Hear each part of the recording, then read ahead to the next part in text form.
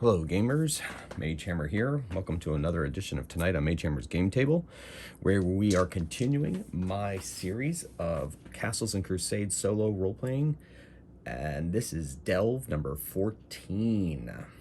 If you've not been, this episode is going to be following, it's like the third in a storyline, so if you don't want spoilers or you don't know what's going to happen, then you may want to go back and watch the first two videos before this one at least, to give you an idea, because we're kind of in the middle of a storyline. So it's just a little spoiler alert.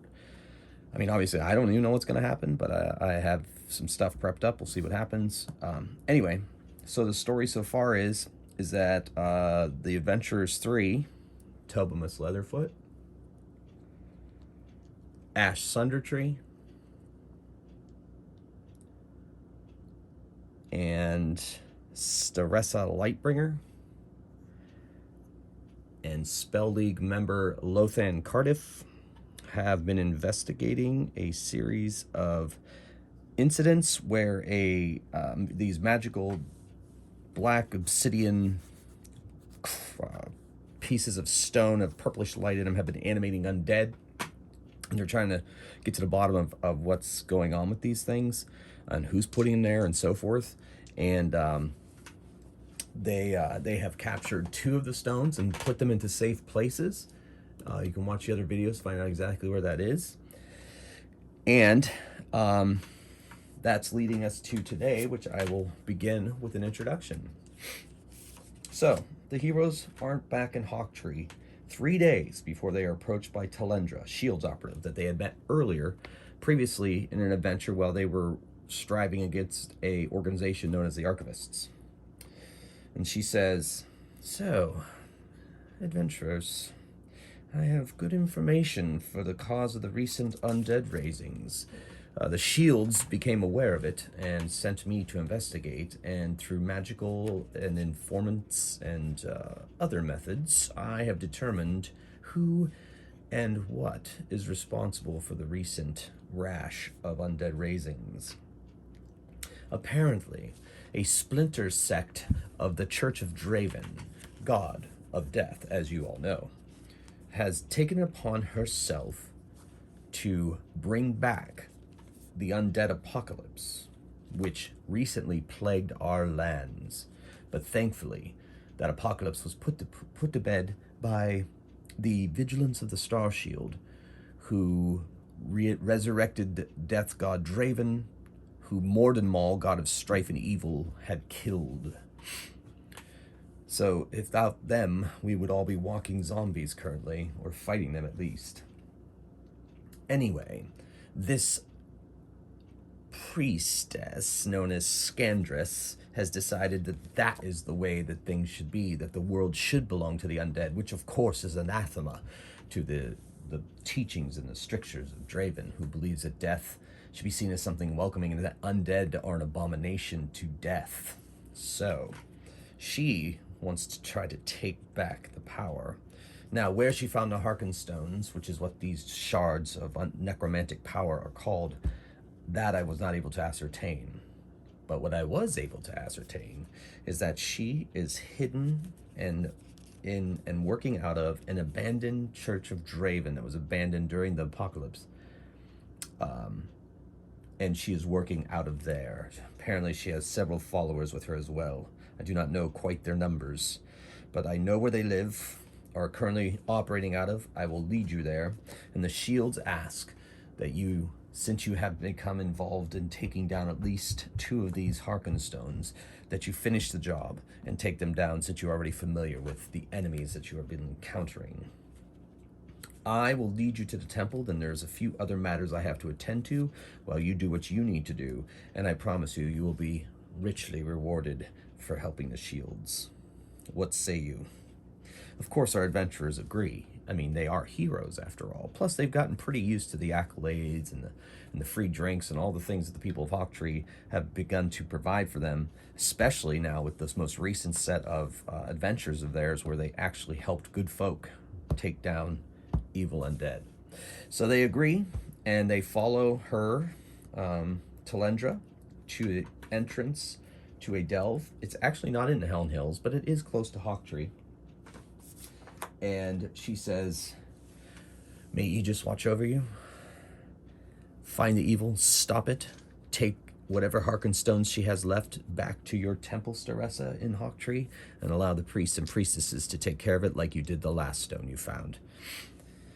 And that's all I hope for you, is that you make it out alive and stop the machinations of Scandrus. And so with that, Talendra disappears, and the party stands before a old archway that almost appears to be a portal. The archway is decorated with skulls and other visions of death, but not violent death, just calm, sleeping death, as Draven generally prefers death to be akin to sleep rather than some kind of violent end. So,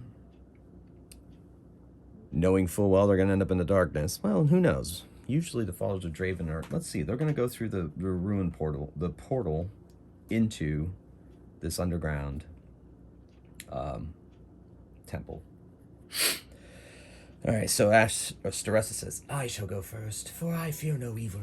And so she goes through, she feels a tingling all over her body, and she appears in a hall. She appears in front of some stairs that lead down to a small chamber, and that leads off to the left and to the right.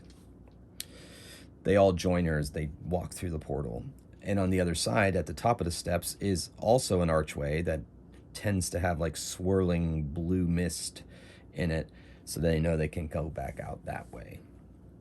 All right, so Staressa is leading with Ash, and there are torches on the walls so they can see. Inhabited. We must be quiet as possible. So they decide they're going to go left, looking for Scandrus and her followers. And they come to a hallway. To the left is a dead end. To the right, they come to a door. Tobimus listens at the door. And he hears nothing. He opens the door. They see a room with 2 chests at the end and 2 stairways that lead up to an elevated platform. The elevated platform is about 5 feet off of the ground, and a pool of water at the end. And probably some kind of holy place to Draven at some point. Staressa goes forward and takes a look at the water. It seems brackish and almost swirling with purplish energy. And she's like, this temple has been desecrated. Draven's followers would not be able to stand this. The evil has spread, truly. They go back out. Tobimus really wants to check the chest. So while Staressa was up there, he searches for traps, finds none in the one on the right, unlocks the lock with ease, opens it, and inside are like vestments and candles and so forth that are used in religious ceremonies. And Staressa's like, do not rub this temple, desecrated or not. Don't let me catch you doing that again. And Tobimus flips her the finger, and they continue back out to the main hall, and they go to the right. And shuffling down the hallway at them are some undead. Let's see what we've got. 38.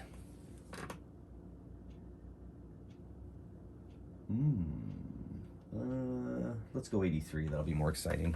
Zombies. Zombies are shuffling towards them down the hall. Let's see how many up here.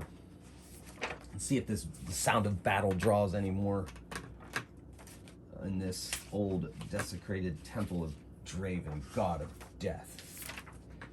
All right, T, U, V, W, X, Y, and Z. I'm sure people of a certain age really can't say the word zombie without singing the Cranberries' classic hit, Zombie, Zombie. I don't know. Is it just me? Let me know in the comments.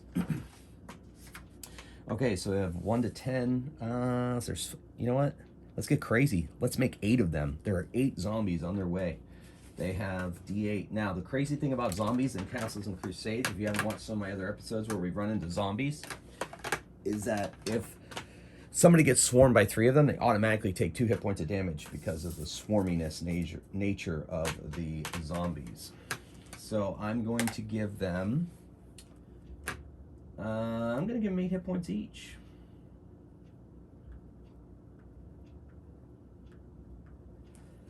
And I said there were 8 of them, and that's what we've got. And they shuffle forward very slowly. We're going to roll initiative. Oh, wait.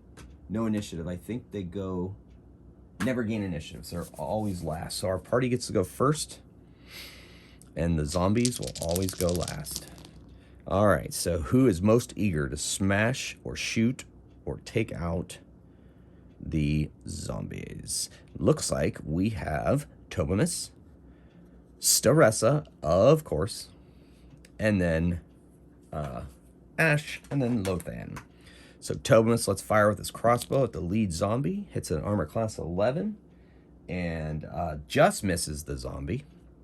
Then Staressa steps forward and says, "Foul, evil, undead abominations, go back from whence you came." And she tries to turn them with the power of Palin, god of good and goodness and light. They have an 18 base save. They're 2 hit die. They're 2 hit die. That's right. 8 hit points is enough. So that means that 20.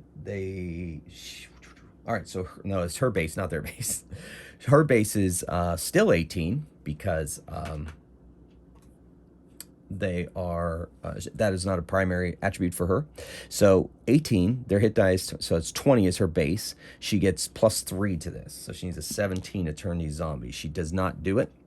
Thus, they continue shuffling down the hall. Her Ash rushes forward in front of her, smashes the first zombie he can in the face, smashes it for a D8 +3 damage. He does 7 damage to one of them, almost taking the thing down, but not quite. Then, Lothan, he's gonna take a risk, and he is gonna go beside. He's gonna cast a spell, so he's gonna have to make a concentration save because he's actually moving. He's going to have to maneuver himself so that he can use Burning Hands on several of the zombies. Now he's taking a chance, but he's gonna do it anyway. That'll soften him up greatly for the coming battle, especially because Staressa's not able to turn them. So that's his tactical thinking. So he has to make a concentration check, which is intelligence 12. And it's a 1st level spell, so 13. So he gets +6 to this, and he gets just a 13. So he's able to move and cast Burning Hands at a swath of the zombies, and they don't get a save or anything. He just burns them. I think it's 1d2 plus so much for a level, if I remember correctly. Triple checking the spell. So yes, so the area of effect, semicircle, 5 feet long, 10 feet wide. So I'm going to say he catches 5 of them in that, because they're kind of bunched together. 1d2 plus 1 hit point per level of the caster. So he is a 3rd level caster, so it's going to be 1d2 plus 3, and no save. So 1d2 plus 3, no save. 1d2, that's a 1. 4 damage to those 5. Softens them up a bit. It's good, but now he is in the way. He is in the way of danger. So 3 of them descend upon Ash. So they're going to attack him and automatically inflict 2 points of damage, but they still get their attacks as well. So 3 of them attack Ash. 1 of them hits. They have a slam attack. Their fists are slam 1d8. So 3 damage plus 2 more because there's 3 or more on him, so 5 damage.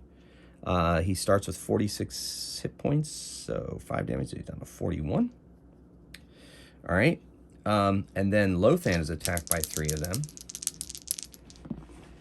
And they are 2 hit die, 11, 11. That does not hit him. He has armor class 12. Wow. So he only takes the 2 damage from the overwhelmingness. I'm going to put this bead out there to remember the overwhelmingness. I tend to forget things. Like I forgot that Lothan was invisible last time. But I just say he sneezed and invisibility went away. Okay, leave me alone. And especially you, Chris. Okay, anyway, moving on. So none of them hit him, but he does take his 2 damage. He's down to 12. All right, so here we go, initiative. And this time it's Lothan 9. Man, these are horrible. Tobimus. We'll go Ash, then Staressa, then the zombies. So Lothan is going to take a fighting withdrawal, which according to the rules, he can move part of his movement, it means half his movement, and get out of combat. So let's see what we got here. Movement and combat round. Yeah, okay, fine. Where's the special things? Double checking the rule. I know. Fighting disengagement. No, fighting disengagement. Combat carefully, except before fighting disengagement. 1/2 their movement. Good, so I thought 15 feet.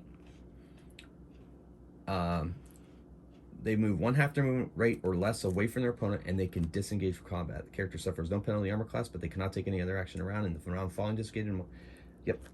And in the round following disengagement, the character or monster has put distance between themselves and their opponent. Not exactly sure how much distance. The wording on that always trips me up, but he has retreated to leave it open. Tobimus fires off a crossbow bolt at one of the ones on Ash. It hits it and takes it down. Hits it through the head. Then Ash punchies, and he hits. He does a D8 plus 3 damage. Boom, 9 takes down another zombie. So there's only technically 1 on him. Let's see what happens in the incoming. Staressa steps up in front of Lothan to take the attacks of the ones in front of him, and so she effectively is going to help defend him. And she attacks one with her Morningstar and crits it. Critical. Yeah, baby. Boom. So she does 8, 11, and that's 14 damage. Definitely takes down one of the ones that was attacking Lothan. There are 5 zombies remaining, and they attack. 3 of them move on to Staressa. They are not considered, they are evil, so she has +2 armor class against them. 2 of them on Ash. So the gray one, or these 2 that are kind of the same die, will be Ash, and then the other 2 will be Staressa. All right, so Ash gets hit by one of them. Staressa, 15, 18. With the extra +2, they do not hit her, but Ash is hit for 1. He's slammed for 4 damage. So he's down to 37. All right. Let's see what we can do. Okay. So, that was that. The zombies are going to be on initiative 1. And we'll roll it up. So, going first is Staressa, and then Ash, and then Tobimus, and then Lothan, and then the zombies. All right, so, 3 attacks. She did take 2 damage, right, because of the 3 attacks. I had that little bead. See, that reminds me of things like that. It's a good little tip. Keep my brain going. She was attacked by 3 or more. Good call, Reese. All right, Staressa, let's go with a swing at one of the ones on her. And hits a 13 plus 5, 18. So she smashes it with her ebon-hafted magical Morningstar, which does +3 damage. She did 6 damage to that one. That was enough to knock it down on its butt. It's down and out. Then Ash punches one on him, hits it. He does D8 plus 3. He does 6 damage. Takes down another one. Oh, no, wait. The one on him, nope, doesn't take him down. Still wounded. Tobimus takes aim at that one. Let's fly with his crossbow. Hits it. Does a D6.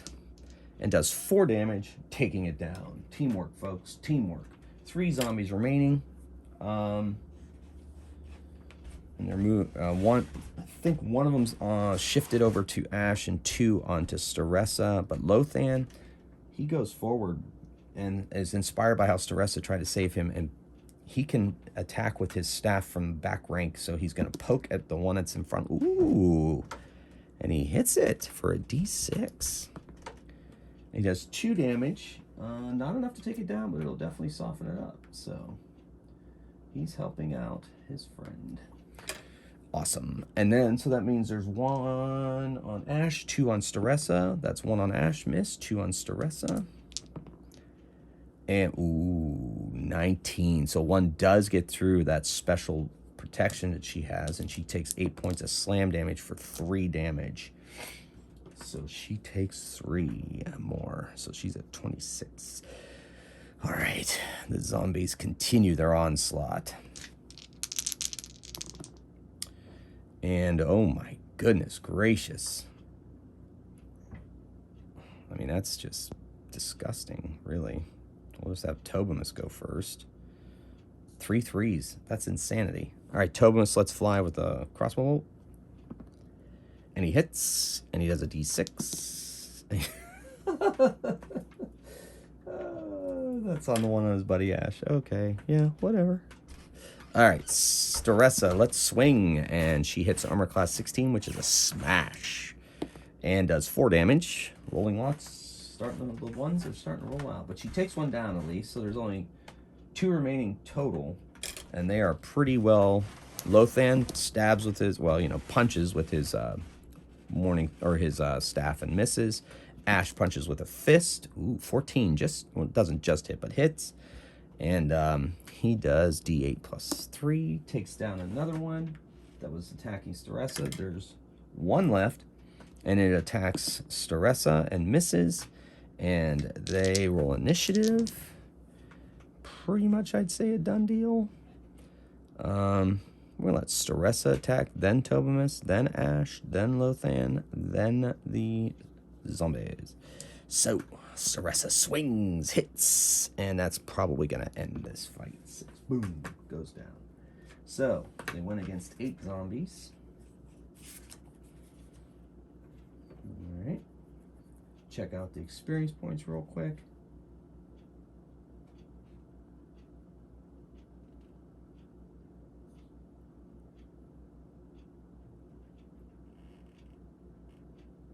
Okay.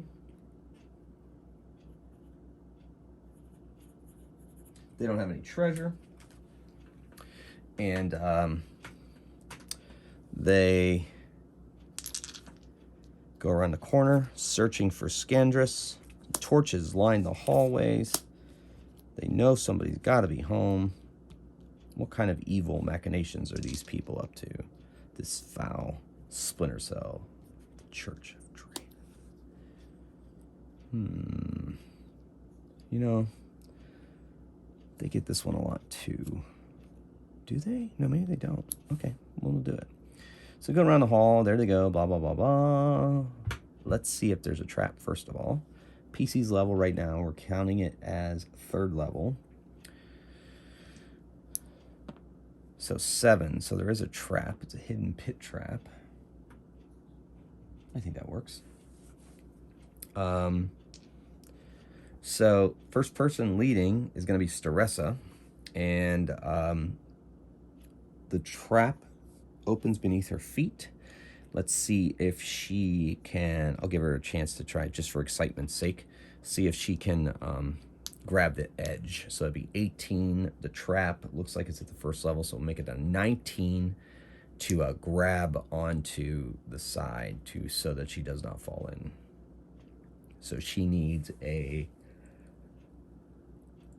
15. She gets it. She manages to grab on. Ash pulls her back up. Whoa, that was close, my lady. Palin protects, and they pull her back up. So now they're on the other side of the pit trap. It's only a 5-foot trap according to this map, so we'll go with that. So trying to figure out how to get across. Looks like they're going to have to run and jump across. But, yeah, because probably there's a way across somewhere beyond that that the people in the temple use to get around. Let me see about jumping. See if it's in the index of the player's handbook. No, there's no thing for, well, let's go with movement. Movement 229. Let's see what this says about this. If there is anything, if not, I'll have to make a ruling, which I don't mind. Siege engine makes things so much easier.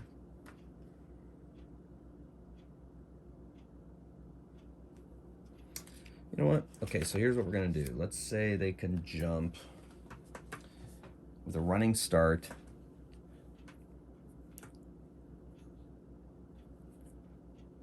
A number of feet equal to their strength with a running start. That seems pretty good. No, let's go half their strength. That's more like it. Okay, so they can go half their strength with a running start, and I'm still gonna make them make a strength check to make the jump. So, first person that's gonna cross is Ash. Now, Ash does not have primary first strength, but as a monk, I'm gonna allow him to add his level to this. Check. So Ash is going to run, and you know what? I'm giving him a +2 because he gets to run faster than everybody else. So he could go 7 feet with a running jump normally, but with a check. So I'm going to say that this is a,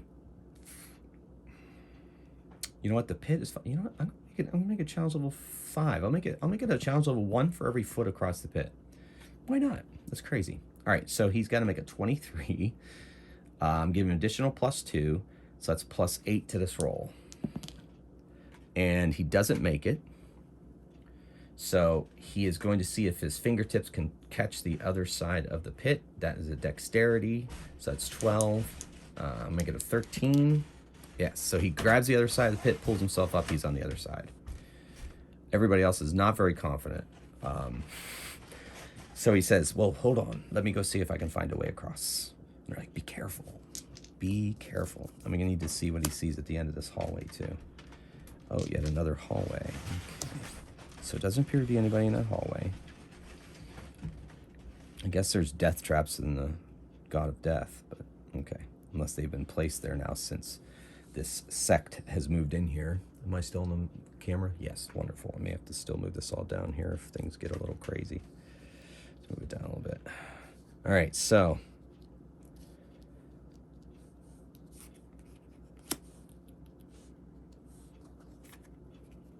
he goes and searches in these rooms.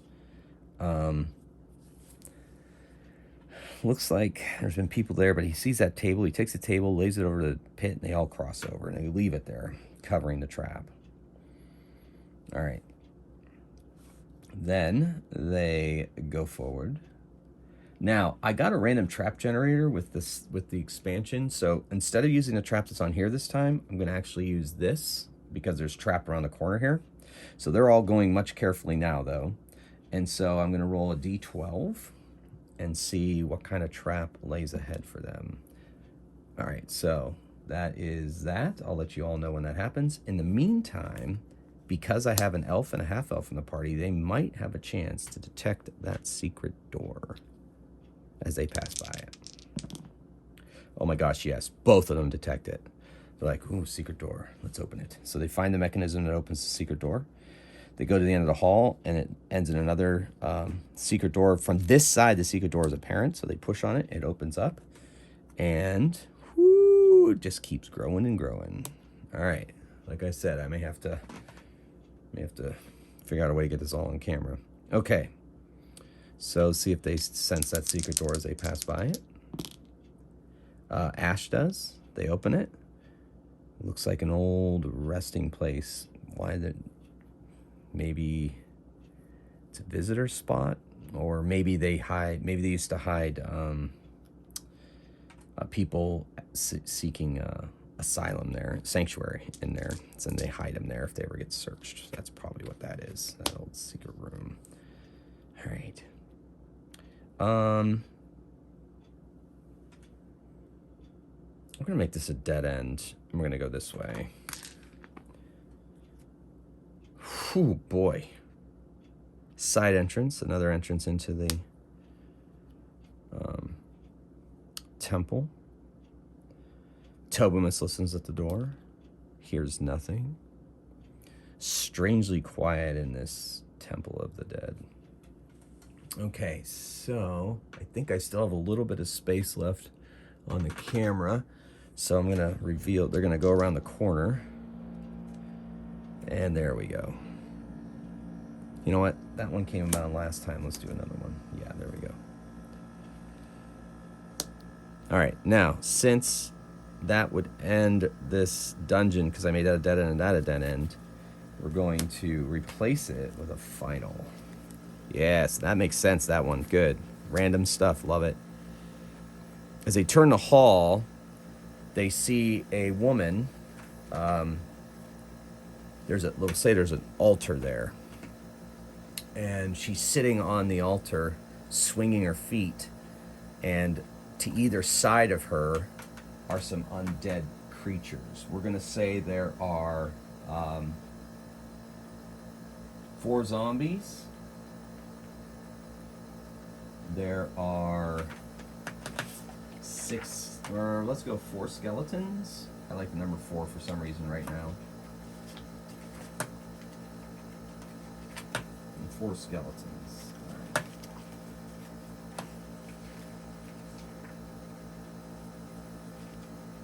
They're 1 hit die, and we're going to give them that many hit points. Then there are arrayed in front of her. There are 6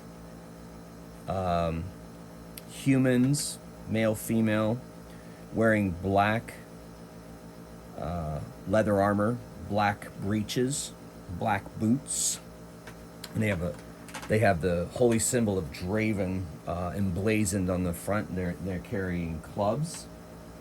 And to the right, to the left of the woman sitting on the altar is a male with spiky black hair, dressed in a has a black tabard with Draven's holy symbol on it over a chainmail shirt. And he is wielding a sickle. Oh yeah, and all the zealots have sickles too. But resting across her lap, Scandress has a scythe, the weapon of her god, even though she's not necessarily representing her god right now. Floating above her head is a black stone glowing purple, and its tendrils are touching the skeletons and zombies that are now serving at her command.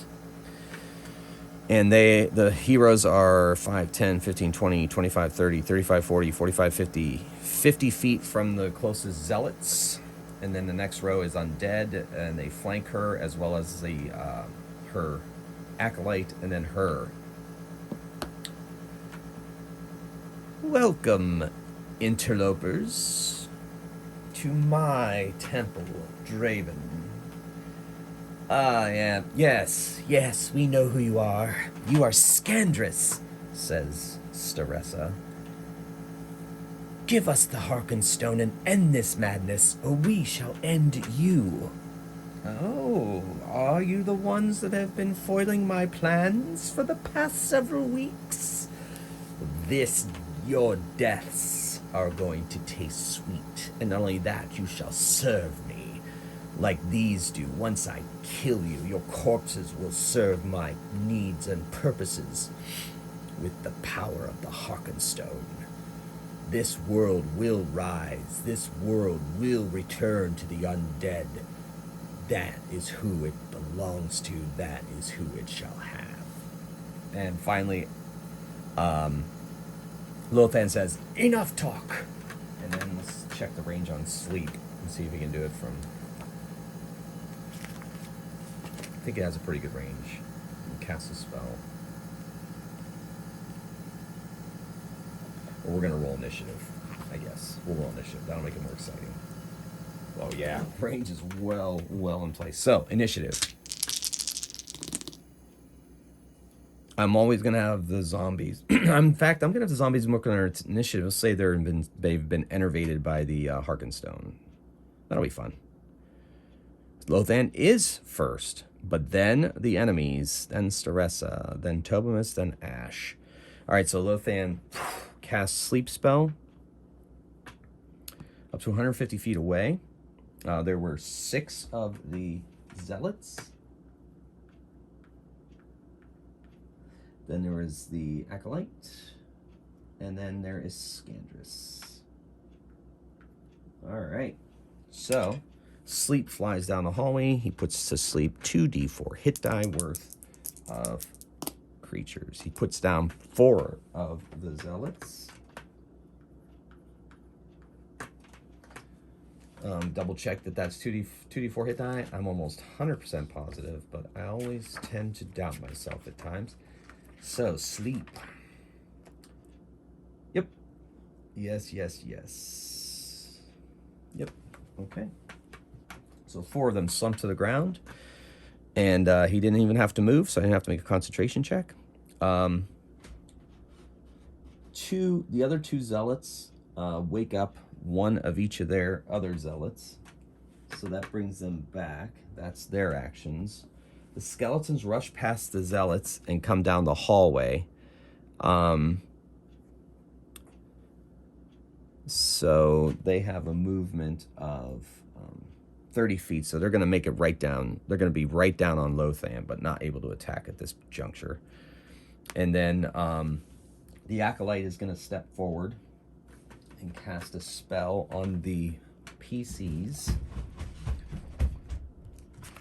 Lets forth magical sounding words, and his spells are still, his god is still giving them to him, unless it's not his god.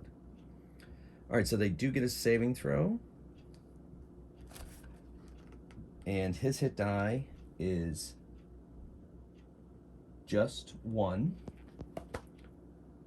So it is a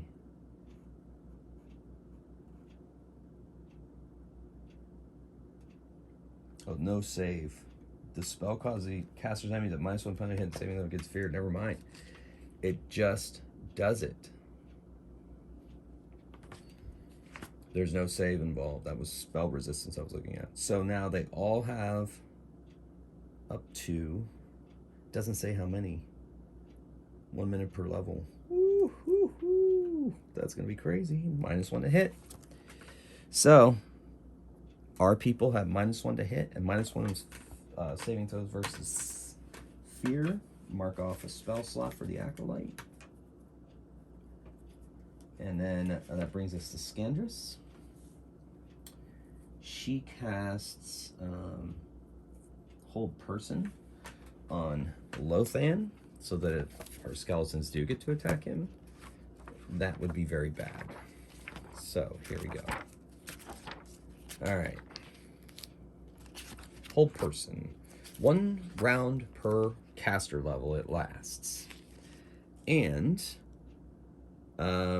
is aware and breathes normally but cannot take any physical action. Illusionist version spell, okay. And he does get a wisdom saving throw against this spell. I'm pretty sure he's well within range too. So, yes, he is. Oh, no. No, he's 5 foot out. So, she knows that.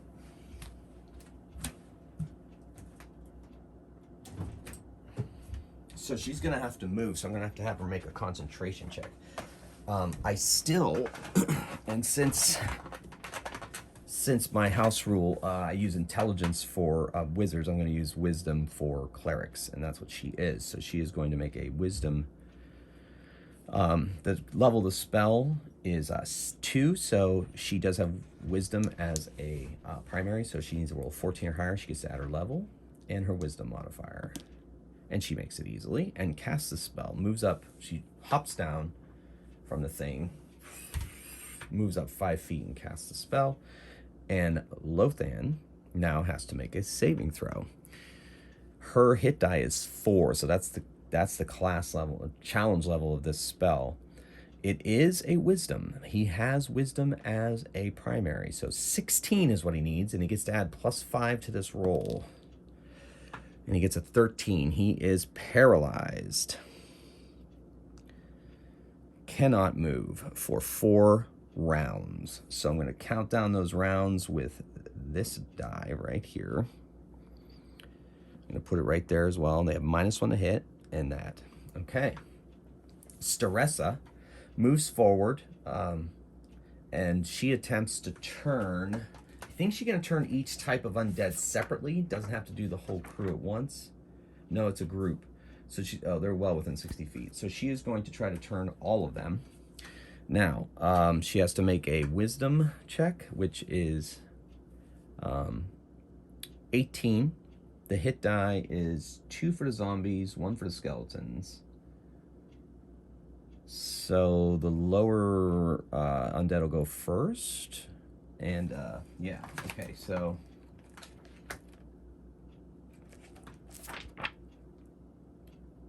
the cleric can attempt turn 1 type the first round, then attempt, and then, yeah, so she's going to do the skeletons first. I thought it was by group. Okay, I needed to read a little further. So 18, 19, because they have 1 hit die. She gets +3 to this. She has a 16 or higher. Yes! So now she turns 2d4 of the skeletons.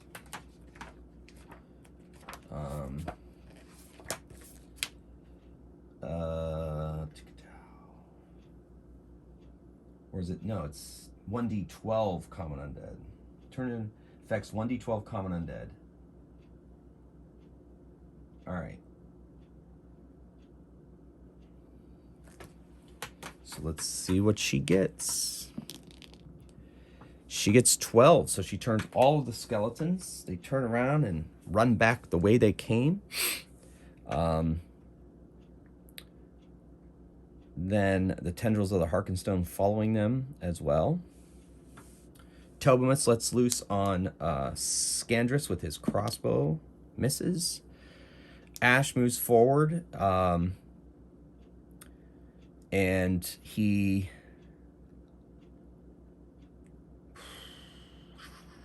goes up in front of Lothan and is going to he's going to move double his move and move up into the zealots.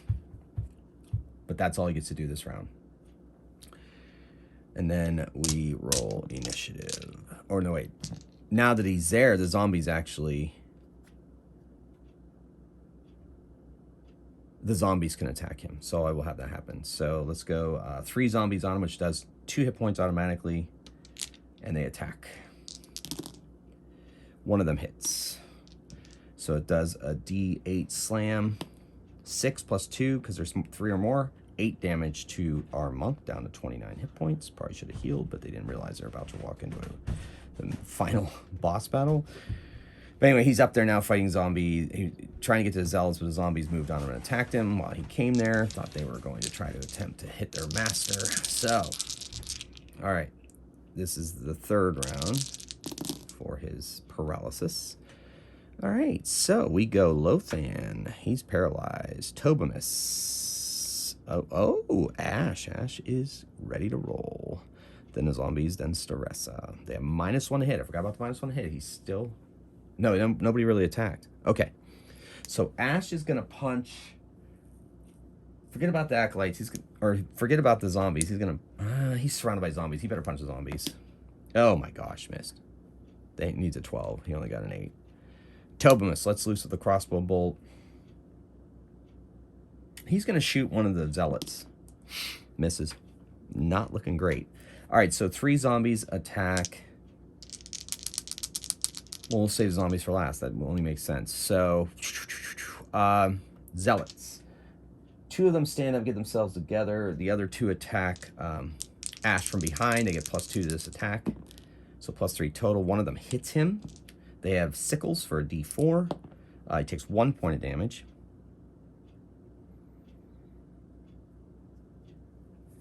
All right. Then... The skeletons are just run away into the corners around the room. They're just cowering in the corner from the power of Palin. The acolyte steps up. He can't really get to Ash because he's surrounded. So the Acolyte's going to go to the corner of the room there and wait for somebody to come through that door. Then he's going to attack them. Scandress is going to cast another spell.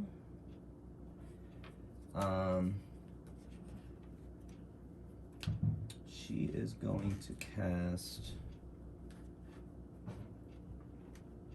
You know what? She's going to try to cast...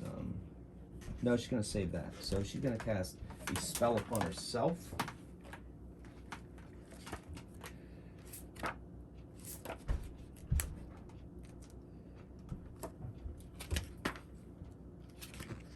And I think I know how it works.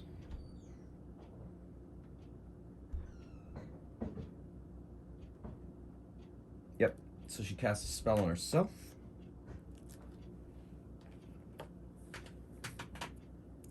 That cost her a spell slot. And she stands there smiling. Now the zombies. One of them hits him for D8 plus 2, basically 7 damage, down to 21. That was everybody there. All right. Oh my goodness, I lost track. All right, so Staressa must be left. Yes. Staressa, let's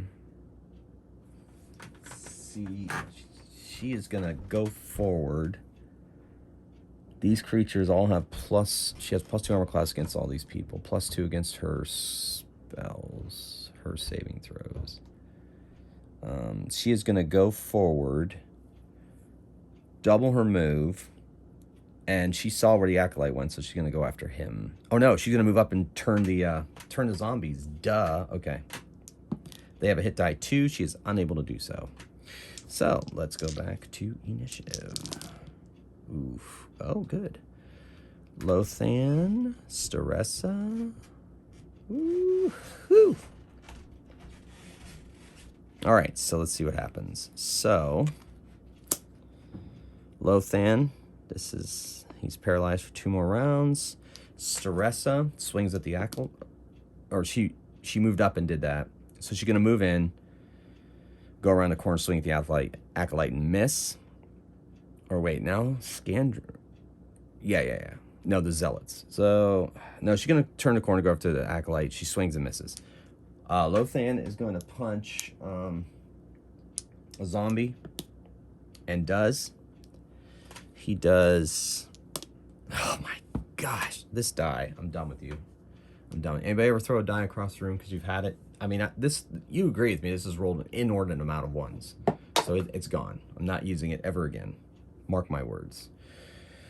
But that was 4 damage on a zombie. All right. Jeez, oh man.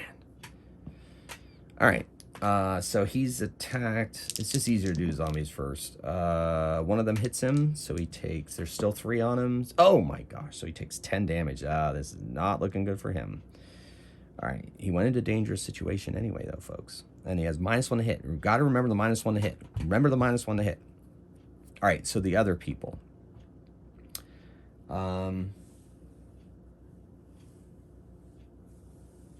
Scandress goes over and wakes up the other 2 Acolytes that were sleeping. 3 of the other Acolytes attack. Oh my god, go, drop the die. There it is, sweet. All right. They attack Lothan from behind, giving them a +2 to attack. 2 hits. Oh boy. They have sickles. 3 damage. He's down to 8. Not great, folks. Not great at all. All right. Tobimus is going to go forward, and he's going to try to get in there and get some healing done. So he goes up and puts his back to the door. No, you know what? He's just going to try to shoot Scandress. However, she's protected by a spell, so he has to make a spell. He has to make a save. He's not going to make this. He rolled a natural 1. So he is unable to direct his attack at her, so he shoots one of the acolytes that's attacking him and hits the acolyte and does 1d6 damage.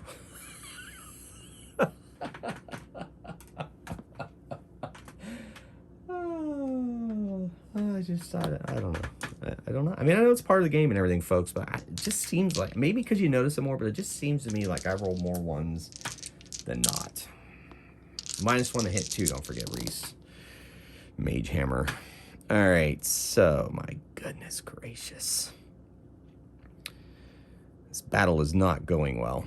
Staressa, she attacks the acolyte. She hits the acolyte, smashes him for 6 damage. And he doesn't quite go down, but he does. He is wounded. He strikes back at Staressa and misses. 3 of the acolytes attack Lotham from behind, get +2. They all missed. The zombies attack. Gets +2. One of them hit him, and he takes 2 damage because there's still 3 on him. Oh my gosh, he's down. 8 +2, 10. He's at -10. No, wait, he's at 2. He took 10. 8. Yeah. And he was 8. So he's at 0. No, he's not at oh my gosh. Math. Okay, so he's down. We'll get back to him in a minute. Surrounded by zombies. Tobimus screams, "No!" And he takes a shot at one of the zombies that... Oh, he hits. Well done. -1 even. He still hits. And he hits for 4 damage. But it's not enough. The zombie keeps on coming. Lothan still paralyzed. And then Ash is down. So he's out of the initiative. This is Lothan's last round, though, right? So he'll be able to be active next round.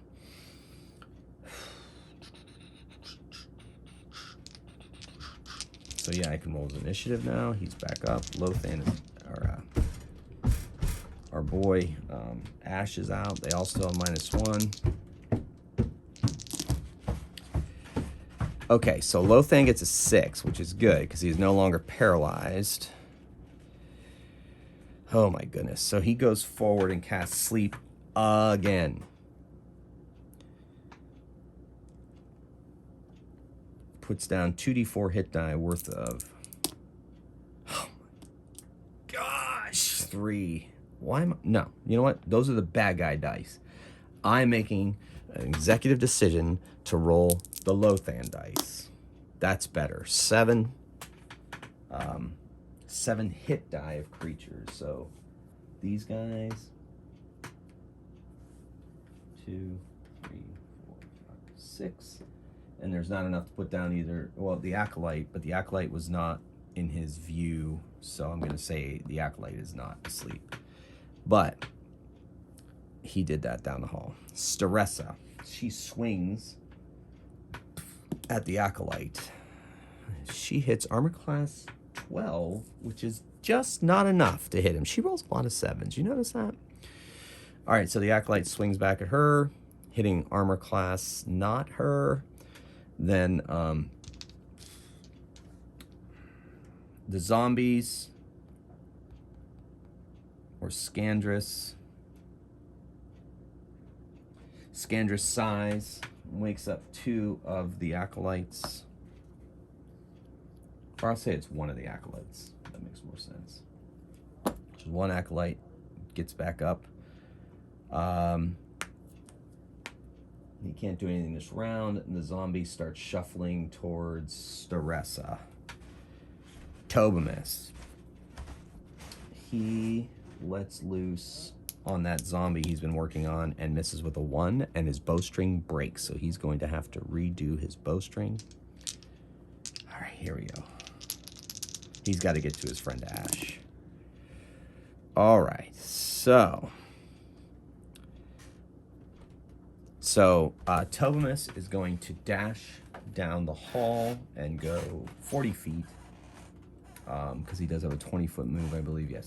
So he's going to go 40 feet, get close to that door. 10, 20, 30, 40. Yeah, he's like right at the edge of that door. That's his action. He's got to get in this action. Lothan,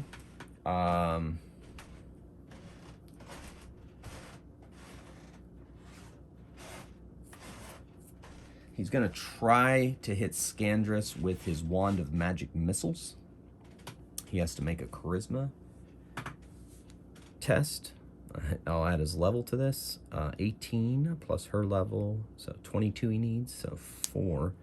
So he needs pretty high. And he rolls a 1, so he's not able to target her, so instead he targets the creature that, or the, he targets one of the zombies and lets loose 3 magic missiles. 7, 8, 11 damage on one of the zombies. I'm going to say that's enough to take it down. Boom. So that leaves 3 zombies, 4 cowering skeletons, 1 revived zealot, an acolyte fighting our girl Staressa, who's about to try to smash him. Oh my gosh, she missed. And now that leads us to their attacks. So the 3 zombies are now on Staressa. None of them can hit her, but she still takes 2 damage because of the overwhelming blows of these evil undead. And then Scandrus doesn't like that, so she wakes up another zealot. She's starting to be you know what? No, she doesn't. The wizard is too dangerous. She's going to cast Hold Person on the wizard again. He has to make a saving throw. So she's 4th level. She has 4 hit dice, so it's a 16 base because he has wisdom as a primary attribute, and he gets +5. And he rolls a 20. He resists the Hold Person, and there goes her last 2nd level spell slot. All right. Well, that maybe things are going to turn. Of course, every time I say that. All right. Acolyte. Already did. Okay, so the one guy stands up and attacks Staressa from behind. Misses. He drops his sickle, so he is going to need to do that. Tobimus has not repaired his bowstring yet. He moved instead, so let's keep that in mind. But the bad guy is going to have to redo, and this is a -1. Okay, cool. Okay, so initiative. All right. So we go Staressa, the bad guys, Lothan, and Tobimus. Staressa swings at this darn acolyte, and this time hits him and takes him down. So he's down and out. All right. Then she turns to face the zombies that are attacking her from behind. Then they attack her, so 3 attacks on her from the zombies. 18. She has 19 with her abilities, but she still takes 2 damage, so she's down to 22. All right. Then the acolyte attacks her at +2 and misses. And then Scandrus is not happy about what happened there. And so she walks up. She puts on...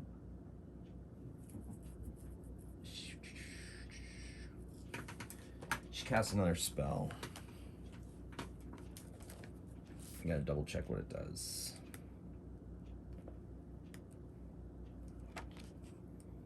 Yep, okay, so she casts a spell, uses a spell slot.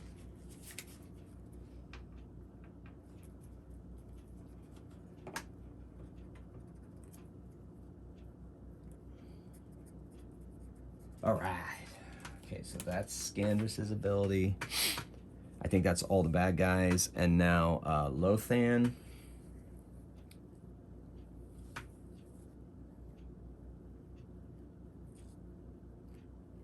His last charge on his Wand of Magic Missiles is going at a zombie. And it dissolves, it turns to dust in his hand after the magic is released. So he lets loose. 4, 6. It's 9. Not enough to take it down, but enough to wound it. All right. Tobamus. All right, so Tobamus is going to try to sneak, but he's got to move. Well, let's see how far away. 5, 10, 15, 20.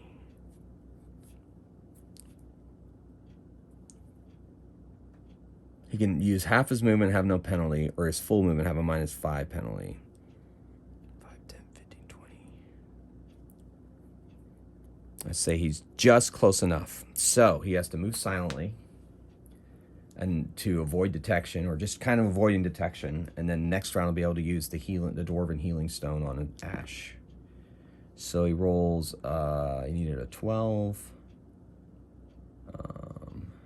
I'll say Scandrus is so 16. So he got a 8, and he gets +8, so 16. So he does not draw her notice. Oh no, -5 because he had to move his full movement. So she notices him. So she could attack him if she wanted to. Okay. But he still has not replaced his crossbow. This guy, oh, I had him attack. So he swung his fist. Now he's going to pick up his scythe on this. We'll just say he picked up his scythe. Okay, well, he's out of there. All right, initiative.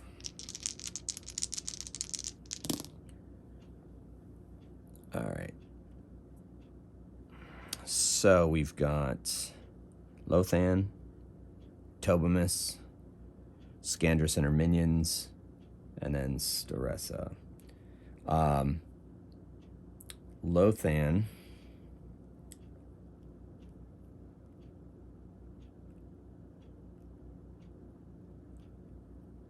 he wants to shoot acid arrow at her, but he has to make a charisma save first. 18, 22, 4. He's got to do it. Oh my gosh. So he needs a 22, and he gets a 23 because he gets +4 level plus his charisma.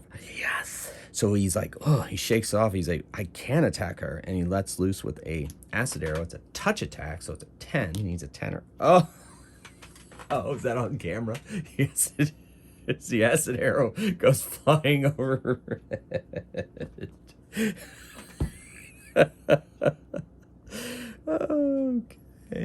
Okay. All right. Tobamus uses the healing stone on Ash for 8. Excellent. So he's back to 8 currently. We'll see how that goes there.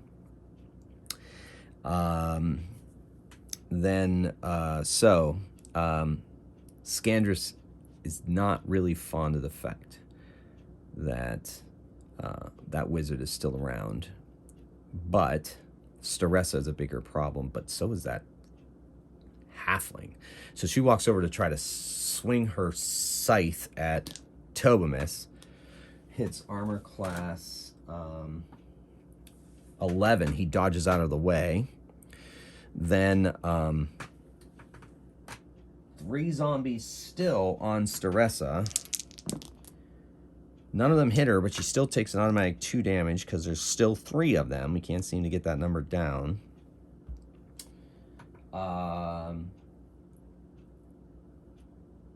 The Acolyte, he finally we'll say he picked up his weapon. I lost track of that. And that was it. He picked up his weapon this round. Instead, he took a swing with his fist last round, didn't work. So there he goes. Scandrus took her swing, missed. Okay, the Acolyte's down. Skeletons are okay. Good. So I believe that brings us to initiative, and I get to add Ash back in. So holy nines, Batman. All right, so but Staressa, very nice.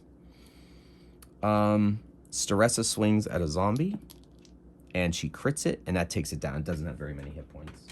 Oh, I could say she attacked the one that was healthy. That's not fair. She's going to take down one of the ones that are out. All right, so 2 zombies, so no more automatic 2 damage. So thank goodness. Tobamus touches his friend again and tries to heal him some more. 6 more hit points. He's at 14. He's about to stand up. he does a kip and then punches Scandress, but he has to make a charisma save first. And 18, 22, he gets +4, 18. He's not able to attack her. And we'll call that his action, because he doesn't have time to move to someone else. Oh, no, wait. Scandress's protection went away when she attacked with her scythe, so he is able to attack her. I didn't need to make that save, so we'll make that his attack. 19, so he punches her for 5, 8 damage. Her first damage of the night. Ooh, -1. He still got it. He had a 17, +5, 22. Yeah, her hit. Yeah.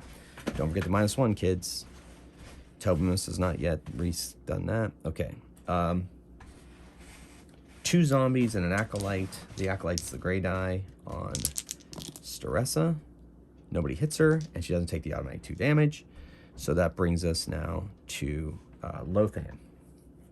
He sees her now suddenly. He shakes it off. He sends acid arrow her way. And he gets a 15. That's definitely a touch attack. It sizzles her for 5 acid damage.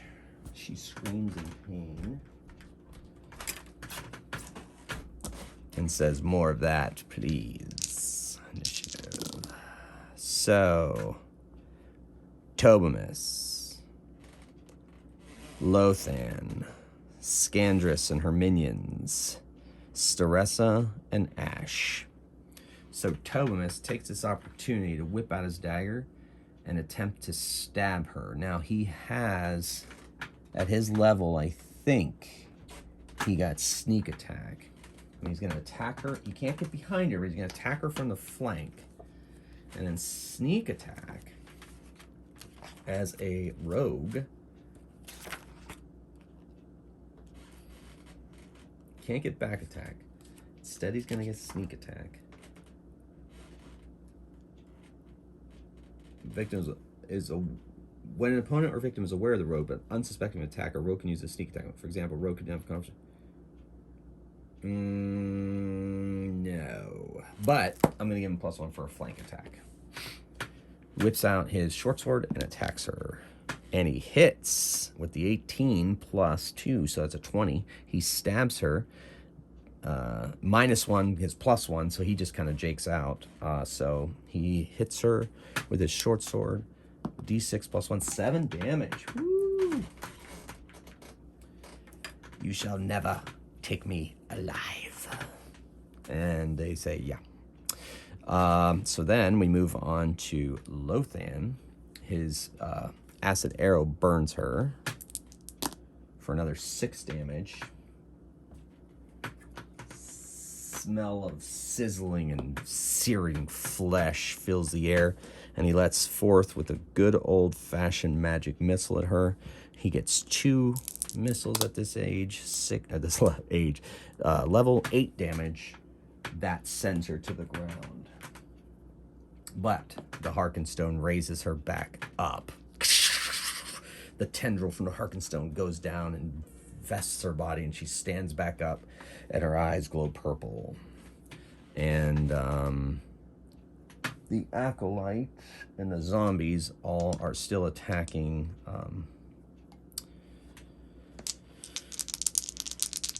Staressa. One of them critted her. Holy moly. That's 8 plus. So 9 damage. She's down to 11. And Scandress fights on. Staressa's like, she swings at a zombie, hits it, and takes it down. I know she's going to take it down. She does. So another zombie bites the dust. 1 zombie left, 1 acolyte awake, and Scandress is animated by the power of the Harkenstone. All right. Ash ain't gonna have none of that. He walks up and punches her. Hits armor class 17. Smacks her with his fist for 9 damage. And that puts her down, and she stands back up again. Initiative. like he hits her and like her neck snaps, and then it lolls back, and he looks at her, and she looks at him with a horrible smile. Okay.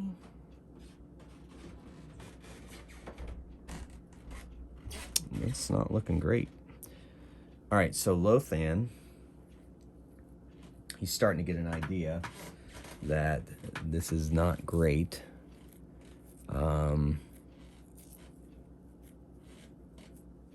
Just trying to figure out what to do. So he's gonna send another magic missile or 2 magic missiles at a zombie fighting Staressa, kind of free her up. No, you know what? He's gonna send it at the Acolyte. 6-8. Takes the Acolyte down. The Acolyte stands back up. Power of the Harkenstone. Like, it hits him, he dies, he slumps, he stands back up. Like he's being animated. So the zombie and he attack Staressa. One of them hits. Wait, they both hit. Man, they all hit, because she has 19 against them. The zombies are 2 hit die, so they hit with +2. So 17 is 19. And then the Acolyte hits her too. The Acolyte's swinging with his scythe. So she takes 10 more damage. That's not great. She has 1 hit point left, kids. 1 hit point left.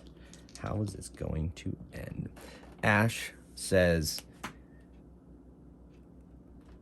I got this. So he runs up and he grabs the Harkenstone, and he has to make a Constitution saving throw. And he does. And he starts running down the hallway with it. He moves 40 feet. He's right next to her. And like the tendrils stretch down the hall, and then Scandress takes a swipe at him because he left combat, and she misses. So that's what he did. Staressa swings at a zombie on her. Hits armor class 14, that's a hit. And does 9 damage. Still up. Tobimus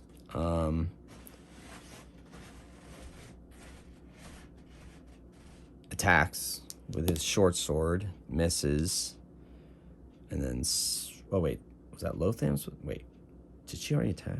Yeah, she must have already attacked. All right.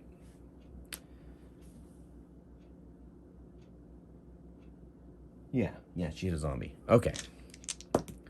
Initiative.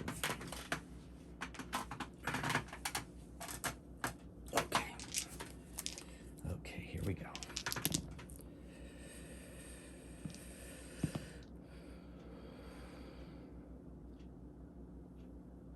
Okay, so Lothan goes first.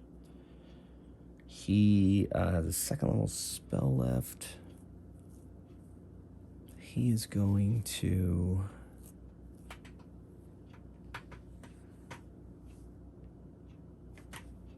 is it worth it? Sure. Acid arrow zombie.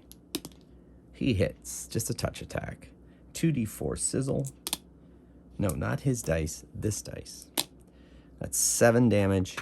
That's enough to drop the zombie. The zombies go down when they're destroyed. The things that were dead and then become undead, the Harkenstone, bring them up. Ash gets another 80 feet away, because all he does is run. And once he gets within 60 feet, Scandress and the Acolyte collapse. But he has to make yet another save. All right, so Constitution 12. We'll make it 16. So he got a 12 plus 7, 19. So he is still good. And he sets the Harkenstone down, and they take everyone that's still sleeping, drag them into the bedroom, and they put them in there. They loot bodies. They find 2 potions of healing on Scandress. So we're going to add that to Telemus. 2 potion healing.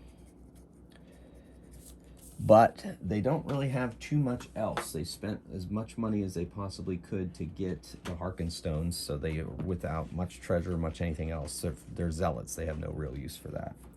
She lays hands upon herself just to be safe. He uses 11. She's at 11. And then she heals her again. 2 more. So she's at 13. And Staressa again. And that's, I think I have 1 more after that. So she's 17. And the final one's going to go on. Oh, why do I roll that? It's a D8. I did that last game. 19. So that's it. That's all the healing. Good enough. I know I rolled a D6, but shame on me. All right, so that's done and dusted. So there's not much else going on there. There is a chest there, but it's open, so they assume that's where she was keeping the Harkenstone. So they go around the corner. They join Ash. They put the Harkenstone in their specially prepared box that they used last time, which they had emptied because they delivered the Harkenstone to the Temple of Light in Hawktree. That was Palin's church. So they put it in there and help. It's a sanctified box. Ash goes back and gets Scandress's body, and he's going to take her back to Hawktree and give her to the Church of Draven there, and they can decide. In fact, yeah, they can decide what to do with her, and they'll tell her about the rest of this temple if they want to come get these other zealots or not to be punished, and they lock them into that room, but they'll tell them where they are. So they make their way back to Hawktree,